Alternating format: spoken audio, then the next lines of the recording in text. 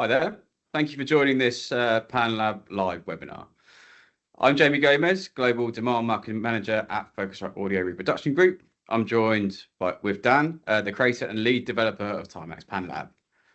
Over this next hour, Dan will take you through how to build a spatial environment and connect panLab with a mixing console for real-time spatial control.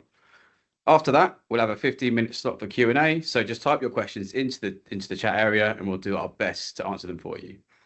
All right, without further ado, over to you, Dan.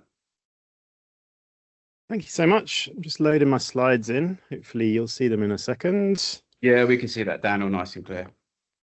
Lovely stuff. So yeah, thank you so much for joining us. As Jamie mentioned, I'm Dan Higgott. I am Product and Software Manager at TiMax Spatial. Today we are going to be talking about TiMax panLab and taking on a deep dive from complete introductory all the way through to some advanced features and functionalities. So there's going to be quite a lot to fit into the next 45 minutes. As Jamie says, if you've got any questions, drop them into the chat. If there's a few questions on the same topic and it seems like I might have just skipped over some details, Jamie, please feel free to interrupt and jump in. But if not, we'll take the questions at the end. So we're going to start off with some sort of key panLab concepts. What is TiMax panLab?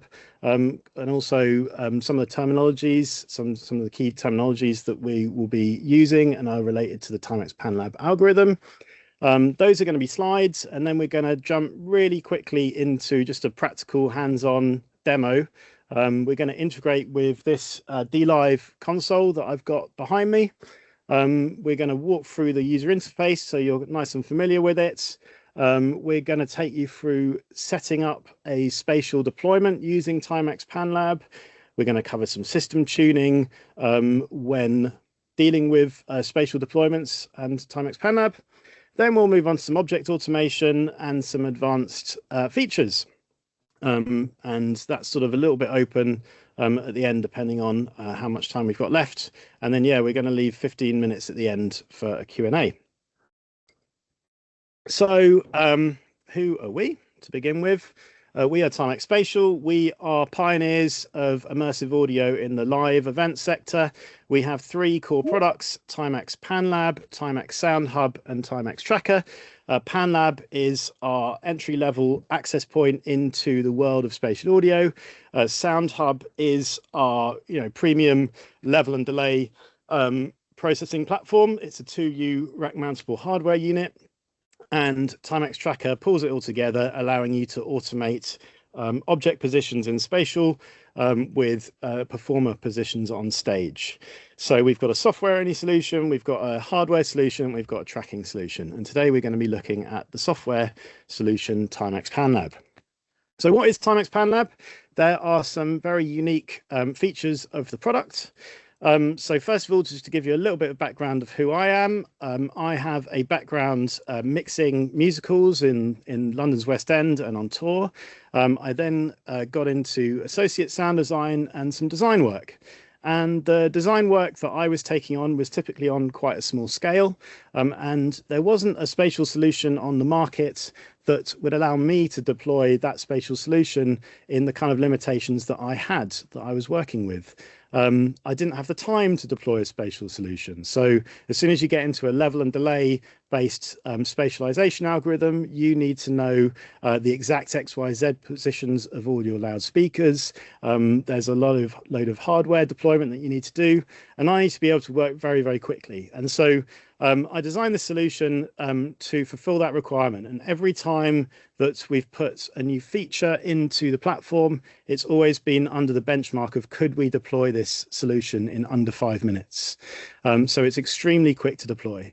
The other really unique thing about TiMax panLab is it's actually utilizing the hardware that you already own in order to perform the spatial rendering on the hardware itself. So this is completely unique. We're not taking the audio into the software solution, so you don't need to actually route your audio through TiMax panLab. We're actually acting as a control solution with hardware that you're already owning. And that makes the solution much more affordable because you don't need to invest in new hardware. And finally, this is actually a really advanced 3D spatial environment that you can configure in that 5 minutes window. So let's run a couple of slides to kind of explain what I mean by all of that. So let's start off by just highlighting what a typical spatial audio workflow looks like. So typically, in a live deployment, you'll start with a mixing console, you'll be mixing your show, and you'll be outputting maybe post-fades, auxiliary sends, or directs outs into some kind of spatial processor. That processor will be performing some rendering on those inputs and will be routing that audio out to loudspeakers on its output side. You'll also need some kind of control platform. This could typically be a computer, and this will allow you to adjust those object positions in the renderer. So let's contrast that with a TiMax panLab workflow. So TiMax panLab acts as both the controller and the processor, and it's actually not part of the audio chain. So you'll see that you've got the blue arrows there, and that's the audio chain, and the green arrows are the control chain. And so TiMax panLab is not actually part of the audio chain. What we're doing is we're sending control data to the mixing console, and we're updating values on the mixing console that are computed by our 3D spatial algorithm that's built into the software. So we're acting as a sort of third-party controller for the mixing console, allowing you to perform the spatial rendering on the mixing console or system processor itself. So just to kind of draw that out in a bit more detail, what exactly am I talking about? Let's take with an input channel. Let's call it source 1. It's got 4 auxiliary sends, and those auxiliary sends are going out to loudspeakers 1 through to 4. TiMax panLab is adjusting the input channel to auxiliary send levels on the console. That is what we're doing as the result of our spatial algorithm. So let's dive into that spatial algorithm and take a really quick deep dive into how it works. And we're going to start with the concept of zones. So if you're on this call, I'm going to assume that you are aware of what a panner is. This could be a quad panner, a 5.1 or a 7.1 panner. We've all seen and probably used one. They're square, they have loudspeakers at set positions around their perimeter.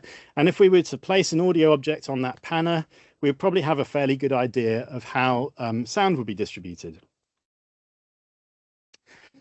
A TiMax panLab zone is essentially a panner on steroids. It's not a square. It doesn't have fixed positions for loudspeakers. Instead, you can drop your loudspeakers anywhere on our panner, and the shape of the zone is computed by the shape, the positions of all the loudspeakers on the panner. So it's a polygon shape. It's not a square. Here we have a zone with 10 loudspeakers, deliberately at a slightly jaunty angle. And there's some very clever features that are built into the zone. So it's worked out the shape of it based on all the loudspeakers. And one of the things it's done, is it's worked out the geographical center of that zone.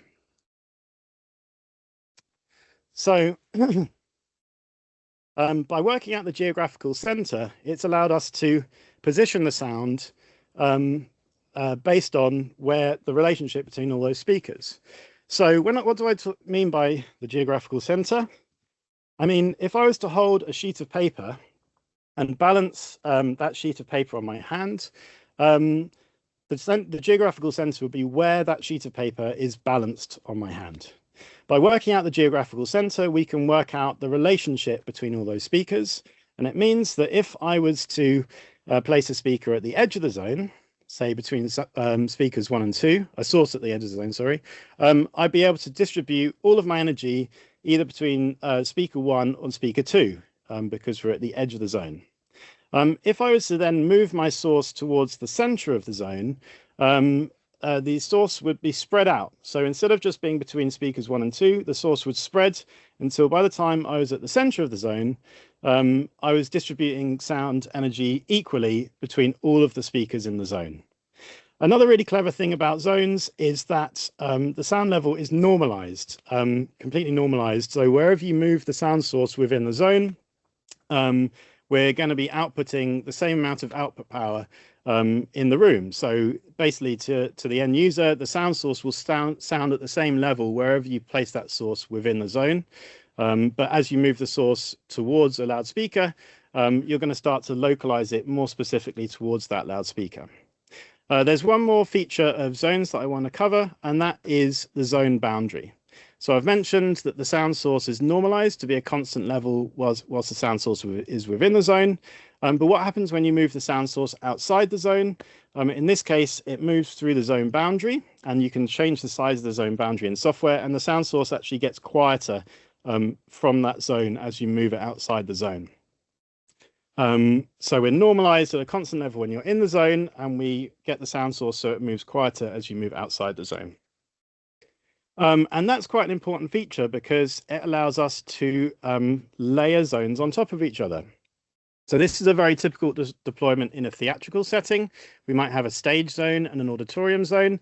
And by adjusting the size of the zone boundary, we can place those zones so they overlap, and we can transition a sound from a sound source from within one zone to within the second zone on the panner. And that's on the screen there is quite a typical deployment of TiMax panLab in a spatial, a theatrical environment. So far, we've always been talking in 2D. So we've been looking at 2D plan view images of an auditorium and a stage. But I mentioned before that TiMax panLab is actually a 3D spatial environment.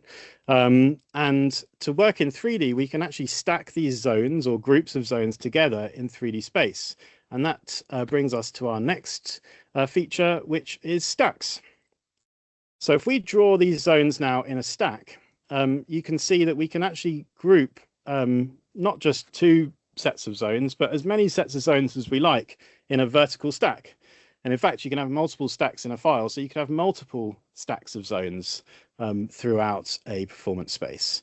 So in this example, we're now looking at the zones from the side, and we're looking at the vertical axis there, and we've got zones A, B, and C together in a stack. So now, if I was to place a sound source between zones A and B in the stack, half of the energy would be distributed to A and half to B. If I was to move that sound source down so it was just over zone B, then all of the energy would be at zone B. And if I was to move it down to near zone C, then most of the energy is going to be distributed to zone C in this situation. So we've got normalization both within the zones and also within the stack as well. So we've got normalized amount of power vertically as well as horizontally. Cool. So that takes me through my slides. And now we're going to jump straight into a practical, we're going to set up a practical example, working live with TiMax panLab and this DLive console. Great. We can see that on the screen there, Dan. So you're all good to go, mate. Thank you very much, Jamie. And we're going to build quite a real world example today of where you might want to use TiMax panLab. We're going to be building out an example of like a 5 loudspeaker array across a stage. We're going to be spatializing some band inputs. So this is going to be quite a practical example of how you would use TiMax panLab in the real world with this DLive console. So there are 3 main modes for TiMax panLab, and when you first open up the software, you'll need to set your file up in one of these modes. Firstly, you can use TiMax panLab as a 3D object controller for TiMax Sound Hub, our other spatial rendering product. If you're in that mode, you can basically forget everything I just talked about the algorithm. And this is just 3D position control for TiMax Sound Hub. So that's relevant if you're using it with TiMax Sound Hub. The central option is the console or processor option. That's what we're going to be looking into today. And finally, you can also use TiMax panLab with QLab to spatialize audio or mic cues in 3D space. And that works across QLab 4 or QLab 5. So there are 3 main modes for the software. Today, we're going to be diving straight into the console and processor option. So the first thing we need to do when we're setting up a file is to configure the type of mixing console that we're going to be working with. So you can see from this drop-down menu that we support quite a wide range of devices at this point. We support any modern Yamaha console. For very affordable entry into the spatial audio world, we support the X32 ranges and the M32 ranges. We even support, at the even lower end, the XAir series console from Behringer and Midas. But we also support Digico, SD, and Quantum series consoles. So any SD or Quantum series console is supported. Any Allen and Heath D-Live or Advantis series consoles. And if you're coming at this from more of an install market position, we support any modern Q-SYS core or indeed the Yamaha DME7. So I'm going to select, sorry, D-Live or Advantis, because that's the console we've got here. You'll notice that this menu changes depending on what console we've got selected. That's because each console has its own individual requirements for the connection. The D-Live and Advantis actually communicate via TCP MIDI, and you need to enter the MIDI channel that the device is going to be listening on. The default is channel 12, which is what is pre-filled here. The input and output counts are also preset with some fairly standard values. You probably don't need to change those. And then the only other thing to do is enter the IP address of the console, which I happen to know, and hit connect. So you can think of TiMax panLab a bit like a offline editor. So you can program your spatial environment offline from the console, should you wish to do so. And just like any console's offline editor, you've got this concept of pushing and pulling data when you forge a connection. The relevant data here is the channel names. So if you've programmed your show offline and you have a show file, you may well wish to push your channel names to the console. We're starting with a blank file, so we're going to pull the channel names from the console in this instance. So many things in TiMax panLab are divided into three, and this is one of those examples. This main panel window that we're in now is divided into three sections. The central section there is our panel. That's where we're going to be building up our spatial environment. On the left-hand side panel here, we have what are typically going to be our lists of items, either inputs, outputs, or snapshots. And the right-hand side window is a contextual window. It's our inspector panel, and the contents of that window will change depending on what we've got selected. We have a toolbar up at the top where, again, we have three main windows. We have the panel window that we're in, or if I click over onto the source manager, this is going to be our list of sources when we add them.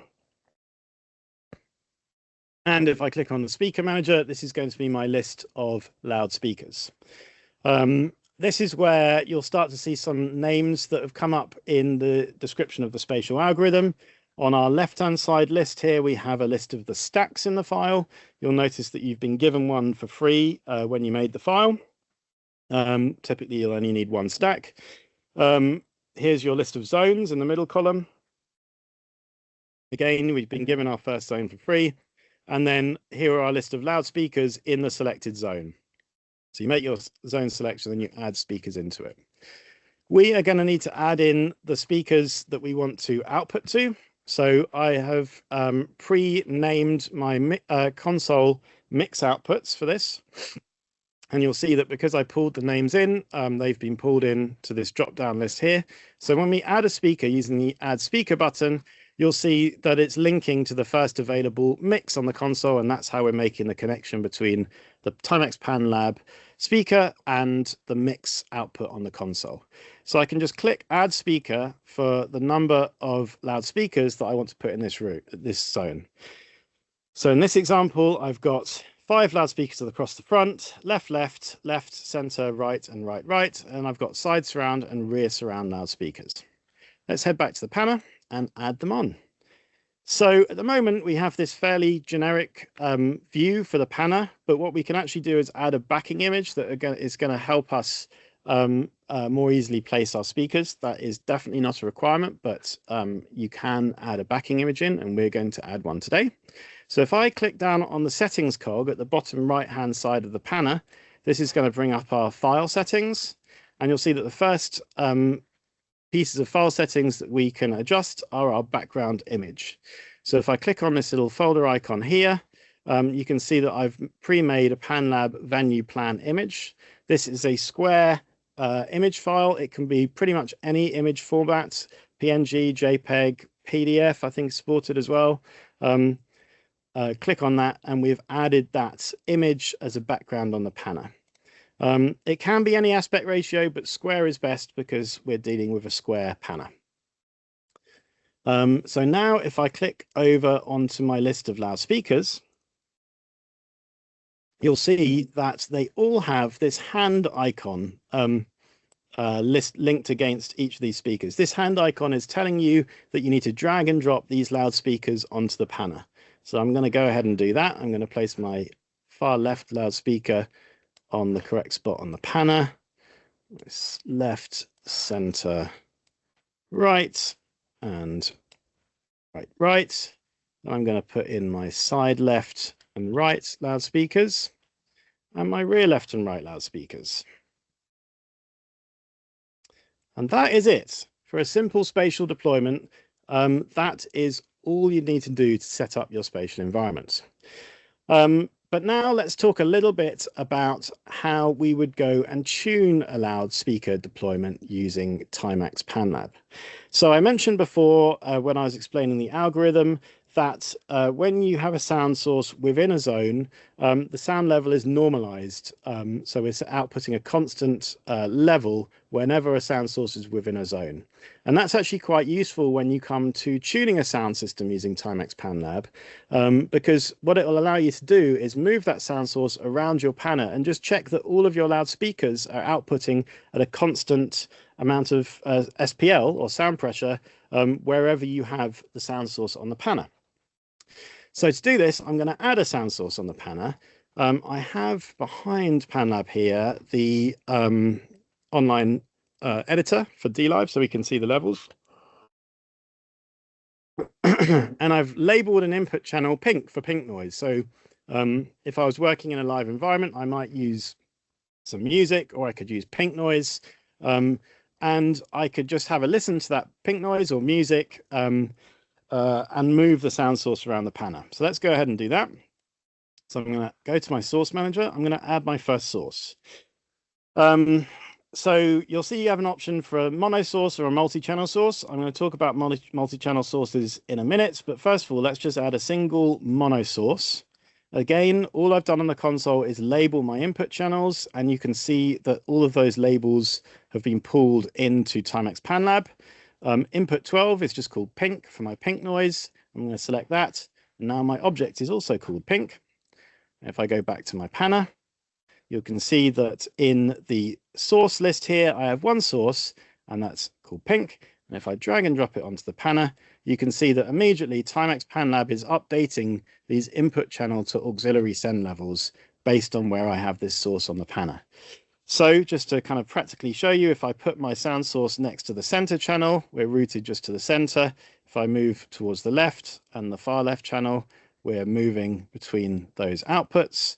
If I move out of the zone, you can see that the level is falling down. And if I move within the zone, you can see that the spread increases until when I have the sound source in the middle of the panel, we're outputting to all of these loudspeakers at an equal level. And so if I was to go back towards the rear, left and right, we're now panning just between rear, left and right. So if I was actually listening to this tone, I could use Smart, I could use any kind of noise measuring app on my phone just to have a listen around, or just my ears, and I could just have a listen around and make sure that I have a constant amount of output power no matter where I place the pink noise within the zone, and that as I move the pink noise out of the zone, the sound level fades down as I move it away from the zone.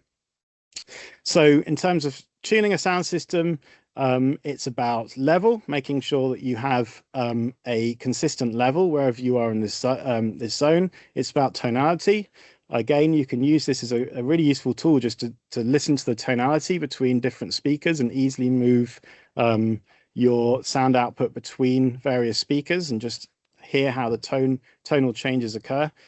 Obviously, the ideal deployment is to have a completely normalized level throughout the system and also for a completely even tonality. But this allows you to compensate for that should you need to do so. You can re-EQ your system, or you could just be aware of the tonal changes that are going to occur, or the level changes that are going to occur as you move a sound source throughout the system.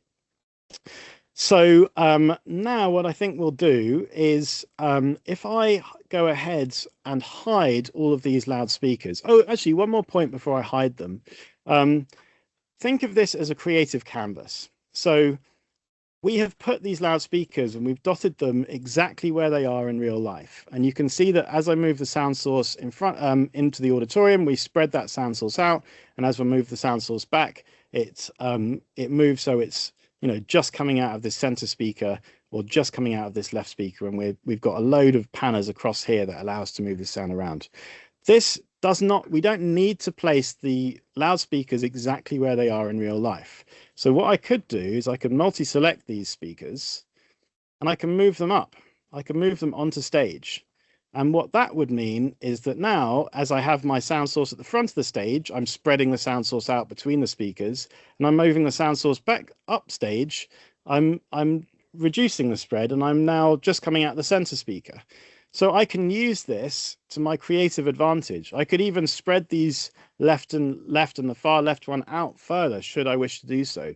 The exact location of the speakers isn't particularly important. It's about you as a sound designer or a sound engineer or a band's mixer creating a creative canvas that you can then place sounds onto.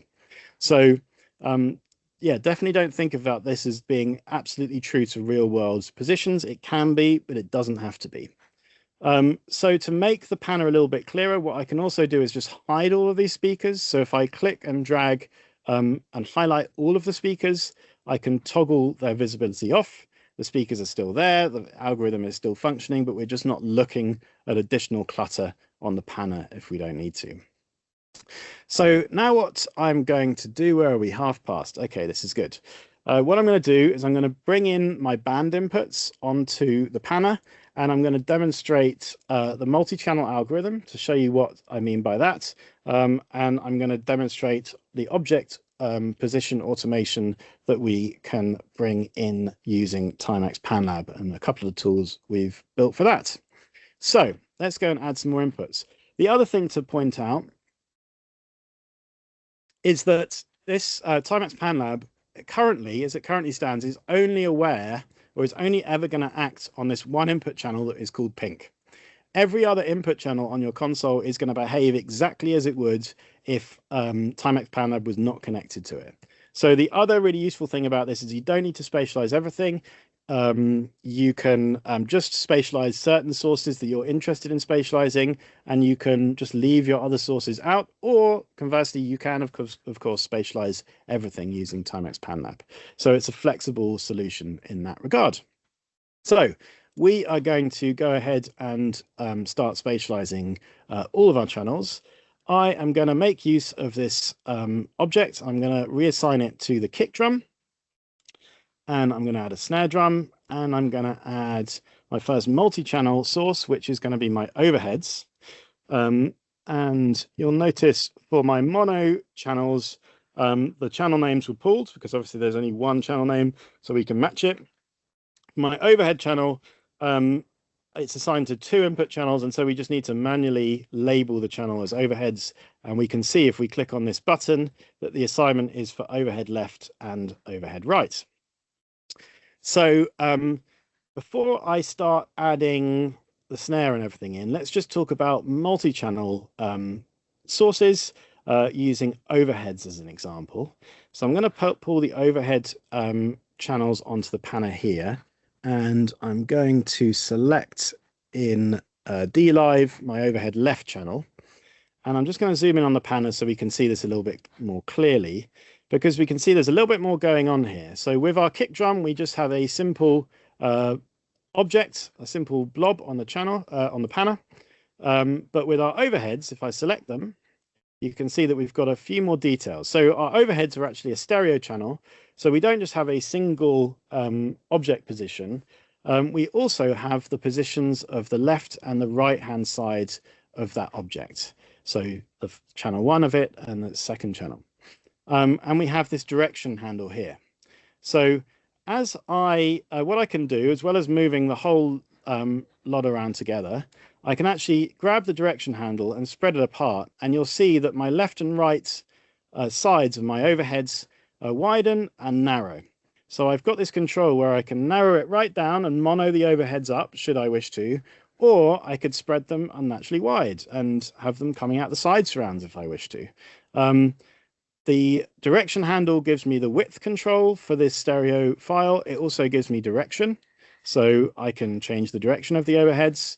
I could do all sorts of stuff. I could have it angled off to the side, should I wish to do so, which might be relevant for effects channels, keyboards, a load of different applications for being able to change the width and also the angle of a stereo file, or it works actually up to 8 channels, so up to a 7.1 input. And you can see as I'm doing so, we're looking at the left channel there, so that left hand object is now presumably between the far left side and the side surround left. And as if I mono the whole thing up, we can see that it's now much more evenly distributed through all of the loudspeakers in the system. So I could set the stereo width of my overheads to be, left and right or of the system. So we're looking at the left channel here. So now the left overhead is panned between the far left and the central left speaker, and my right hand side channel is between my right and my far right speaker.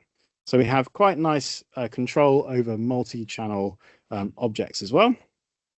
So I could put my drums, my kick, and my overheads and my snare all upstage there. And then I'm never going to change those drums, so I can just hide them and just remove them from the panner. Again, they're still there. They're still going to be automating. We're just hiding them off the panner because we don't need to see them. What do I have next? I've got bass and then guitar. So these are 2 mono sources. And then I have some keyboards, which are stereo. So I'll add a stereo source in and call them keys. And I think I have vocals next.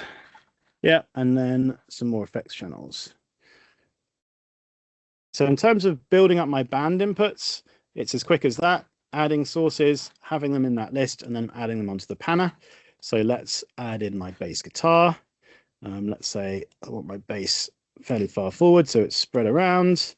I want my guitar player is over here. My keyboard player is over here. And my vocalist is in the front and center. And let's say I have some effects that I'll deal with later, but we're going to put them out into the house there. Cool. So I've now successfully spatialized all of the channels that I'm going to be using on my D Live. You can see that they've all got routing set up. So let's move on to automation. So currently we have a static mix, which is sometimes all you need. But let's say we want to automate some of these movements around a little bit. What tools do we have built into TiMax panLab to deal with object automation? We have 2 tools built in, and we also can handle incoming MIDI and OSC and timecode as well to help with that automation. But let's deal first of all with the 2 built-in tools. So there are 2 different ways of automating object positions, and they are snapshots and sequences. So a snapshot is literally a snapshot of all of your object positions on the panner at any one point in time. And a sequence is a more complicated vector path of movement that can be assigned to any single object. So let's start off with snapshots first. So on the left-hand side panel here, currently I'm looking at my input sources. If I move across to this camera icon, I'm going to be looking at the snapshots that I'm going to add into the file. So first of all, we'll add our first snapshot. Let's say this is the standard configuration that I want my band mix to be. Let's hit add snapshot to add our first snapshot, and let's call it standard mix and store that.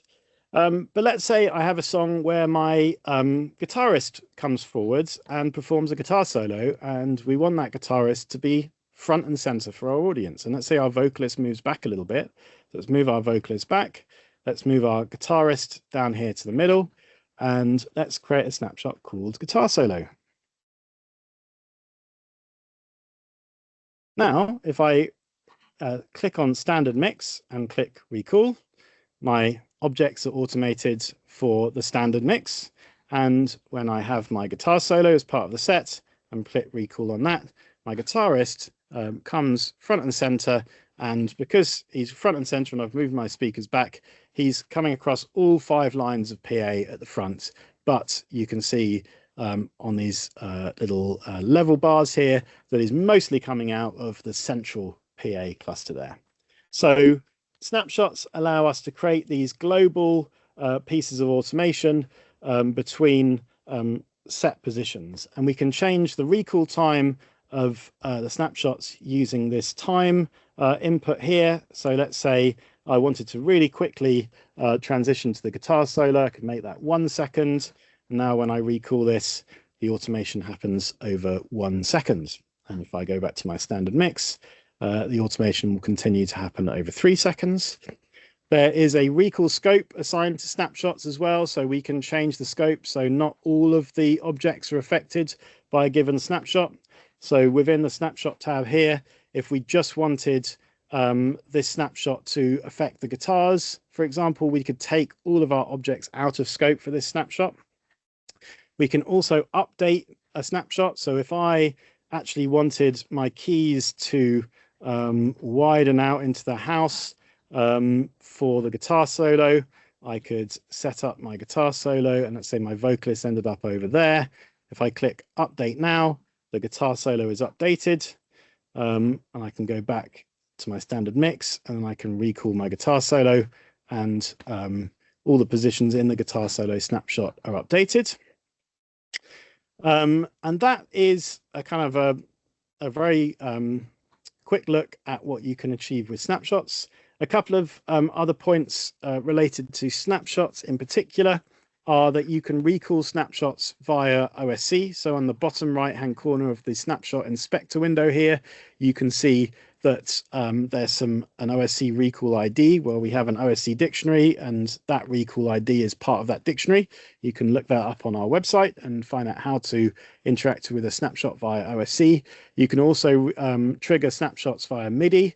So quite common use for this would be the user-defined keys on a console can be used to trigger specific snapshots.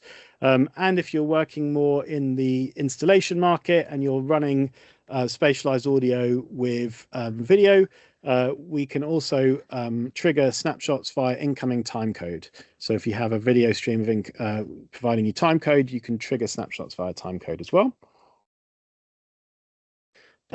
We are going to have a quick look at sequences now.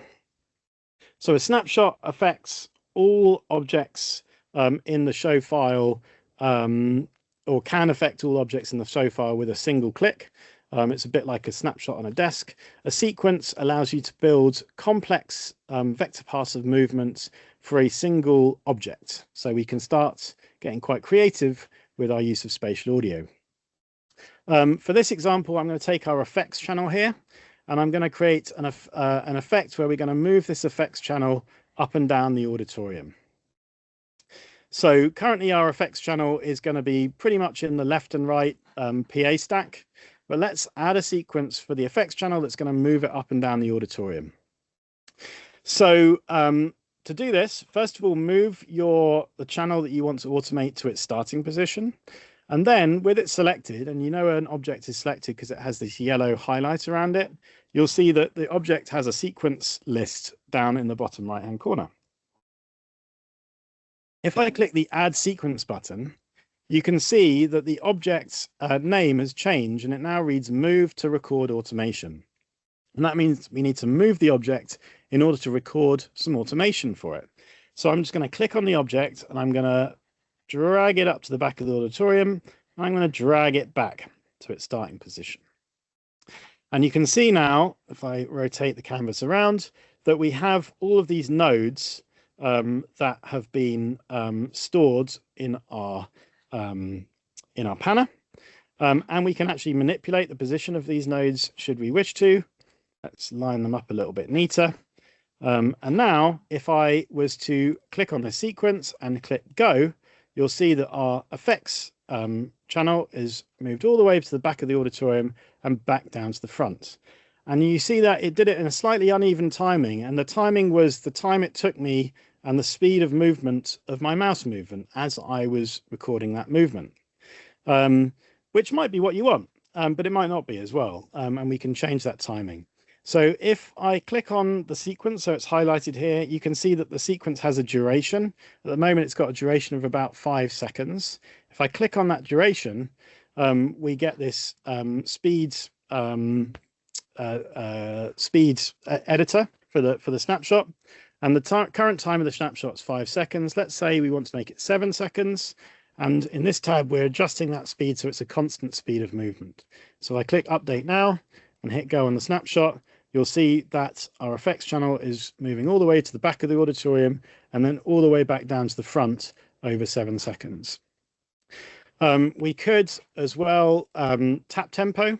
So we could be tapping along to the speed of the track, set a tap tempo, and we can set the tempo and how many bars we'd want the automation to last. So the standard is 1 bar of 4 beats a bar, but we could make that 2 bars if we wanted. And again, that timing would update to match the new speed. So it's 1 bar to the back and 1 bar to the front. The final detail of sequences is that we can loop them. So there's a little loops checkbox here.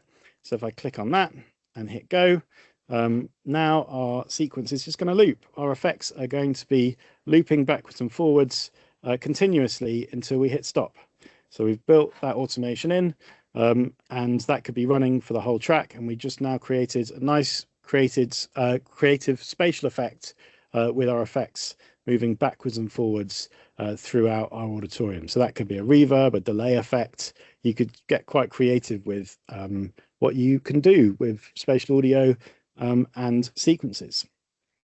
Final thing to note on sequences is that you can actually also recall a sequence as part of a snapshot. So we can assign that sequence to a snapshot. So say when our guitar solo happened, we wanted our effects to start looping backwards and forwards. Now, because I've checked that checkbox, if I hit guitar solo, all of my objects have automated to the guitar solo position, and our effects automation has also started as well. So you can see how powerful those two tools used together would be. And if I recall another snapshot that doesn't include that sequence, then the sequence is stopped and our effects have moved back to their standard position. So I've got about 3 minutes left before we can dive into a Q&A. So I'm just going to very quickly cover derived outputs and height, working with height. In fact, it might take a couple minutes more than 3 minutes, but hopefully you'll bear with me. So far, we've just been working with full range speakers. How do we add subwoofers into this spatial environment? The answer to that is derived outputs. Every source has 8 derived outputs, and we can think of derived outputs like a sort of spatialized auxiliary send.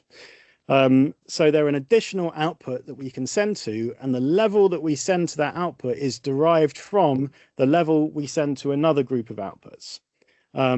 So in my file here, all of my outputs are already turned up into derived output 1. And what I'm going to do is I'm going to set up now how we define derived output 1. So for that, I'm going to go back to my speaker manager. And you'll see back in the speaker manager where we've got our zone, we've got an add speaker button, we've got add shaping nodes. Not going to get into shaping nodes right now, but they might come up in the Q&A. And we've also got an assign derived output button. So we can click on the assign derived output button, and we can set up any of these 8 derived outputs to be derived from the level we send to another set of outputs. So let's set up derived output 1 to be our subsend, and let's assign derived output 1 to our mix 10, which is our sub. And and let's derive it from the level we're sending to all of our other speakers. Hit done. And you can see that immediately our output 10 has been turned up for, what is this? Our guitar. That's because by default, I've got sub turned up for all of the objects. So let's take the guitar, because that's what we're looking at in DLive, and move it around. You can see that our derived output level is staying pretty constant. That auxiliary 10 is staying pretty constant because we're deriving its level from the level we're sending to all of our other outputs, and all of our other outputs are normalized together. But if I was to move my guitar outside of the zone and the level was to start dropping off, you can see that the send to the sub is also dropping off alongside the level that we're sending to all our other outputs. And that's because the level to the sub is derived from the level we're sending to all the other outputs. So that's a fairly straightforward example using a mono sub. You could also see that you could build up a spatial sub. So you could either build up left-right subs or left-right and surround subs, should you wish to, where you're deriving different, using different derived outputs to derive levels from different sets of speakers. You can also use derived outputs for example, stereo down mixes. You could assign derived output 7 and 8, 7 for your left-hand side of your PA and 8 for your right. So you could mix down to stereo. And each object has its own level control for derived output. So maybe I don't want my guitar in the sub. I can just take it out of the sub, and that guitar is not going to be routed to the sub, whereas obviously my bass guitar would be routed to the sub. So that's derived outputs very quickly. If you've got more questions on those, we can catch up in the chat. And then very quickly at the end here, I just want to move very briefly into 3D spatial environment. So we've been working with one single zone at the moment, but you may have noticed earlier that I started panning my panner around, and it's actually a 3D environment. So let's add a second zone, which is going to be our height zone, and let's see how that affects things. So if we hit add zone and call it height, I'm going to add in 4 loudspeakers, which are heights 1 to 4, which are on mixes 11, 12, 13, and 14. I'm going to add these onto the panner. Let's say there, and there. And then if I rotate the background round, so the background of my pan turns grey, I can actually move these objects on the height axis. And I've just moved my height speakers up onto the height axis.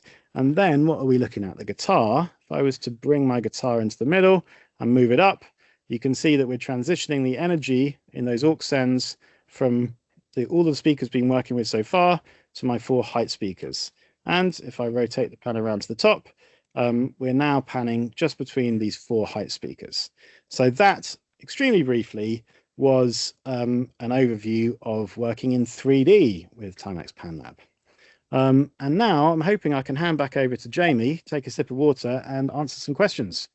Thanks, Dan. If you could just keep that up on screen, so if we do need to show any of the people online a visual representation of their answers, that'd be great. So yeah, we've got a few questions in. The first one is from Jeff. Can you use matrices instead of auxes for a TiMax panLab console?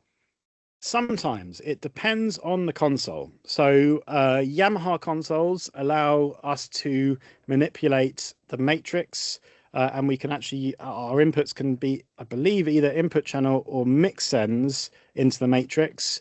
That's not the case on the DLive, but I'm not sure if it could be in the future. I'd have to have a look at the implementation. But yes, sometimes you can, not all the time. And another question from Jeff. Can you set zone limits to make sure the sound of all the stage left isn't full out of the stage right speakers? Can you set zone limits? Not entirely sure what you mean. If you wanted to make sure that you had a left-hand side system and a right-hand side system, I think, is that what the question's aiming at? Yes, you could do that by, you could change, basically the idea behind TiMax panLab is that the algorithm is super flexible. So what I've shown you there is the sort of standard way, the way it's been designed. But what you can do is, instead of having one zone that covered your entire auditorium, you could, if you wanted to, if this was right for your application, divide that into two zones. You could have a zone that was, say, front left and rear left, and then we use some shaping nodes to give that zone some space, and then a zone which was front right and rear right, and again we'd use some shaping nodes to give that some space. And then by changing the zone boundary between those zones, you could then force the audio to only be in one zone if it was on the left, and only in the other zone if it was on the right, and you'd have quite fine-grained control about using the zone boundary. I think that's what the question's getting at. Yeah, thanks for the answer. And there's a question from Klaus here. Can we send a command message from the console, MIDI or otherwise, for panLab to recall a snapshot? Yes. So MIDI or otherwise is the case. So the otherwise would be OSC. So if the console can send OSC commands, so I think a Digico, for example, can be mapped to send OSC, then you can use our OSC dictionary. You can also use MIDI recall, so you can map the recall of a snapshot. So this is the guitar solo snapshot, and we could either hit the capture button, and that would capture the incoming OSC, or we could manually map it to, let's say, a note on, let's say 50 at velocity 64, and then next time that the TiMax panLab received that particular note on message, it would trigger that snapshot. Next question is from Christian. Is there a crossfade time between snapshots? Yes. So there's a duration time. So the standard duration is 3 seconds, but let's say I change that to 10 seconds and hit recall. Now you can see that our guitar is moving through 3D space over 10 seconds down to its rightful place on stage. Thank you for that. And this next question is from Graham about connection. How do you connect your computer to the console? Wi-Fi, Ethernet, or USB? If via a router or Wi-Fi router, can you take your laptop out to the audience area to mix and check the sound? These are all good questions. Yes, it's a network connection, so it can and often does work via Wi-Fi. So you can take your laptop out, as long as it's on the same Wi-Fi network as your console, then that would absolutely work in exactly the same way as if it was an iPad app controlling the console. In fact, it uses many of the same networking protocols as an iPad app would use. So think of it as like a remote control for the console in the same way as an iPad app is. And another one from Graham. Do you need to have the exact measurement of the speaker locations when you set up the speaker placements? No. So the point of this is it's a kind of a creative starting point, and that sort of bakes completely into the design of the algorithm. So as I did earlier, I started off with my my frontal array exactly where they were positioned in space, but for creative reasons, I actually moved that array back onto the stage, and that's just changed the spread between my sources and the array as I move my sources downstage. So think of this as a creative canvas. You can start with exact positions. We don't actually deal in real world coordinates, so you can't type in -5 meters plus 3 meters for your XY coordinates, but you can drop a backing image on and work from there. But it's absolutely not necessary. You put your speakers roughly where you want them to start, and then you have a listen and see what it sounds like. Another question from Saifiq. Do we need to align the multiple speakers to the center before we start to use the panLab, or what is the best approach? So no, you don't need to align it to the center, was it? Yeah, so multiple speakers to the center before you start. Just some advice on the best approach to take when you're putting in your speakers into panLab. So the real key takeaway I would want you to take is that we work out the relationship between the speakers for you. So by working out the geographical center of the zone, we've worked out the relationship between all those loudspeakers. What you do need to do, this is quite kind of a key thing to highlight, is the zone has to have some physical body. So a line of speakers doesn't particularly work in TiMax panLab because the algorithm isn't able to work out what the geographical center of that group of speakers is. However, if you can have a group of speakers around some kind of central position, so in this example here, they are all around the effects channel, which is in the center. So if we've got all of these speakers around one central listening position, then panLab will have a really nice, easy way of working out the relationship between all of those speakers. Having said that, if I was to, what I didn't really cover earlier was shaping nodes because it was sort of an extra piece of complication. If I was to delete those surround speakers, the algorithm is now very confused because we just have one line of, let's just get rid of my sources so it's just a bit clearer. We just have one line of speakers and there's no way for the algorithm to work out a central location in the zone. But I can use shaping nodes to solve that. So if I click this add shaping node button and add 2 shaping nodes and go back to the panel, I can now use shaping nodes to give the zone some geographical shape. So if I move those shaping nodes to the back, now the shaping nodes are kind of like speakers that don't output any audio. The zone is now kind of a square shape based around this front array of 5 loudspeakers and these 2 shaping nodes making out the back of the zone. We've got time for just a couple more questions. So we'll go with, can you use multiple channel objects also for string groups, for instance, to make them go wide? Yes. So what you can do is, yeah, you can be quite creative with multiple channel objects. So let's just make another one because we've only dealt with stereo so far, but let's make an 8-channel object that's going to be our channels, all those channels from 12 through to whatever. And let's call it 8-channel. Okay. So if I add this 8-channel object onto the panner, let's just get rid of my speakers, just make it a bit clearer. Now my direction handle is spreading out all of these channels. So it's not just 2 channels and it's just not in a stereo set, it's all 8 channels. The default configuration of that looks very much like a 7.1 panner.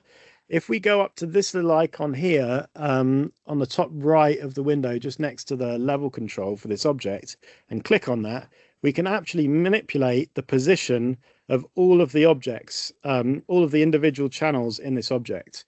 So let's say this was a string section and I had 1, 2, 3. We don't have an LFE channel, which is standard for, I don't know, 5, 7, and 8. You know, you can be completely free and easy with what that is. Now my 8-channel object could be a load of string microphones. And again, we've monoed it up. If we want them on stage, we have an effect where they all expand out into the house. That's one snapshot, for example, and we've just moved all of those objects in one. We can rotate them. We can do anything that you can do with a multi-channel source across any number of, well, up to 8 channels. Great, thanks for that, Dan. I'm going to take a screen share from here, so bear with me. Yeah, so from what hopefully you've enjoyed what you've seen there for Dan's presentation, and I'm happy to offer that we have a Black Friday offer. That's 30% off all of our licenses. But make sure if you are interested, get that before December the 2nd. And the way that you can go and find that is on our website. So let me just show you how. So you go on to the TiMax Spatial website. Here it is. And then you go to products. Obviously, you can see it's there. You can click through straight there, or you can go to products, go to panLab. And you can try it for free. So there is a 7-day free trial that you can take advantage of. And there is a range of licenses here, which I won't go into too much detail now, but you can see there's a rental license through to the ultimate license, which this 30% works on all of these licenses. So yeah, thank you very much for your time today. And again, thank you to Dan for that really great demo. And we'll be holding more of these in the future. So keep your eyes out across socials and email for the next one. So thank you very much. Thanks, everyone.